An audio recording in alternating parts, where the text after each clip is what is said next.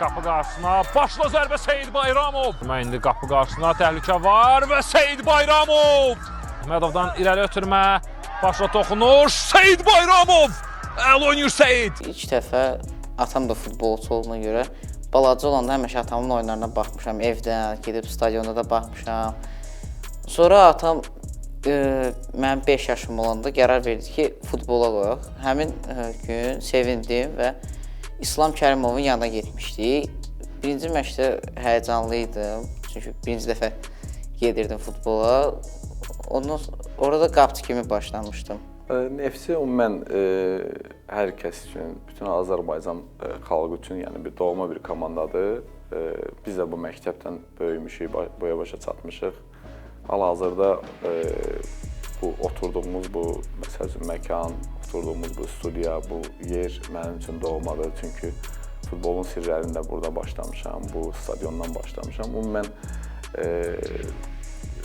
uşaq vaxtlarımda oldu, baş verdi. Yəni Neftçinin məktəbini tutardım. Mən bir çox səfərlərdə oldum Neftçi ilə. Böyük xatirələri var. Mənim üçün doğma komandadır, əziz komandadır. Bu əbədi olaraq da belə qalacaq.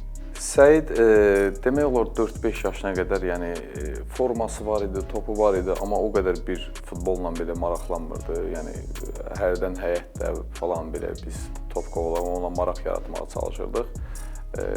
Bir gündə belə bir qərara gəldik, bunda bir fikir soruşduq. Hələ 5 yaş var idi. Fikirlərini soruşduq ki, biz səni futbola yazdıraq. Böyük bir həvəslə, böyük bir məmnuniyyətlə götürdük, apardıq bunu İslam Kərimovun yanına. İslam Kərimov da bu ilk addımlarını başladı atmağa və uşaqlıqdan hansı ki o 5 yaşında, 4 yaşında onda hansı ki o qapıçıya uyğun olan potensialları gördük ki, yəni o partlayıcı, cəhdlik, çeviklik var idi və bu yöndə başladıq ki, bəlkə bir həvəs oyadaq, bu da gələcəkdə bir qapıçı ola bilər. Metrildi. Və Abbas zərbə indirir Seyid. Bayramov daha bir seyv edir. Said belə deyək də bir hardasa 3-4 il öncə akademiyamıza gəldi. Akademiyamıza gələn dönəmdə biz qapıçı məşqçilər belə deyək, akademiyanın bütün qapıçı məşqçiləri seçimlərdə, seleksiya məşqlərində iştirak edir. Said akademiyamıza gəldiyi dönəmdən üstün cəhətləri belə deyək də bizə xoş olan cəhətlər o idi ki, Saidin topa davranışı, top hissiyatı, topu tutma texnikası. Yəni bunlar ilk baxışdan bizi cəlb etdi. Yəni bundan sonrası da akademiya məşqlərində iştirak etdikdə, yəni Saidin üstün cəhətləri getdikcə üzə çıxdı ki, üstün cəhətləri onlar idi ki, Saidin təlim tərbiyəsi, nizami intizamı hər bir şey belə deyək qaydasında idi. Digər qapıçılarda müqayisədə daha çox nizami intizamlı olmağı ilə seçilirdi. Aşağı yaş qruplarında uşaq bir gün qapıda durmaq istəyər, bir gün hücumçu kimi oynamaq istəyər. Çünki mövqe dəyişiklikləri tez olur.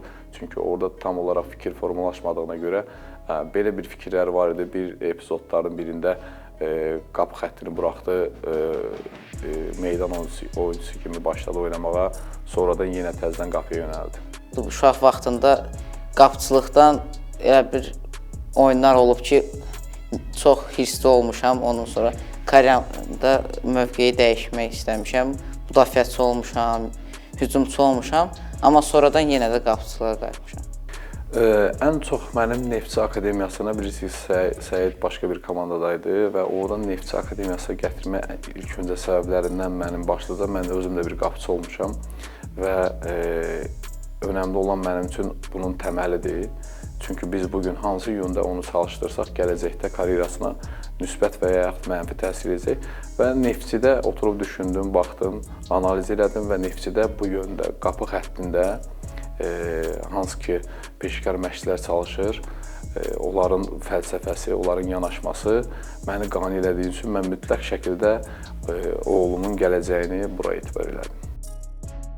Topa açılmalarda belə deyək də daha çox gördüyümüz, ilk baxışdan gördüyümüz problemləri o idi ki, topa açılmalarda, topa yıxıldıqda əlin tam açılmaması, yuxarıdan gələn yuxarı toplara tullananda əlinin tam açılmaması, bədən olaraq tam tullanır, gücünü sərf edir, amma əlin tam belə deyək də topa istiqamət etməməsi, əlin tam açılmaması bizim üçün problemli görünən böyük bir məqamlardan biri o idi və Onun üzərində də çalışırıq ki, onu düzəldək. Bütün qapıçı məşqçilər belə deyək də bir yüksək səylə əlləşirik ki, həmin problemi belə deyək ki, aradan qaldıraq.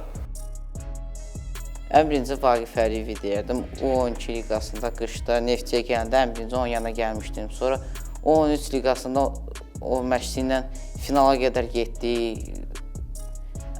Finalı uduzduq, amma finala qədər o periodu o məşqçi ilə birlikdə keçmişik.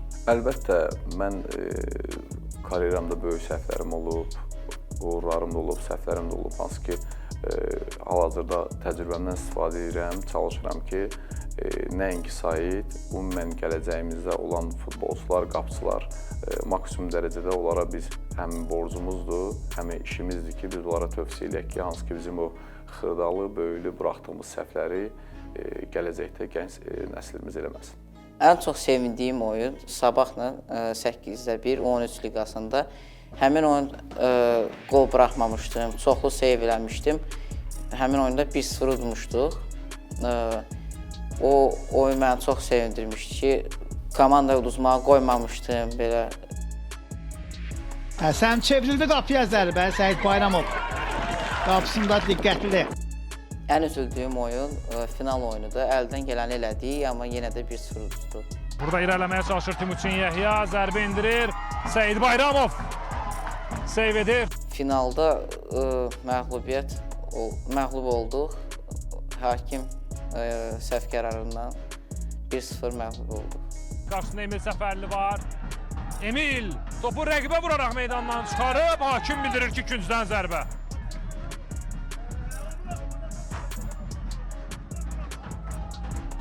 Emil Səfərli topu məhz rəqibə vurdu, top da meydandan çıxdı.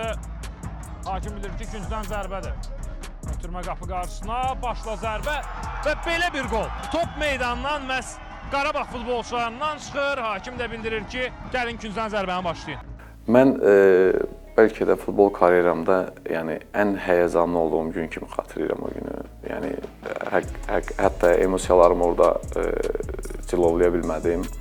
Orada böyük hakim səhvləri var idi, hansı ki, uşaq liqasında bunlara yol vermək olmaz. Çünki orada nə qədər ədalətli olsan, zaten bu bizim inkişafımız üçün də hər iki komandanın evlatları bizim evlatlardır. Yəni mən deyərdim ki, karyeram ərzində zaten mən oyunlara çıxanda heç vaxt həyəcanım olmayıb, həyəcan hiss eləməmişəm.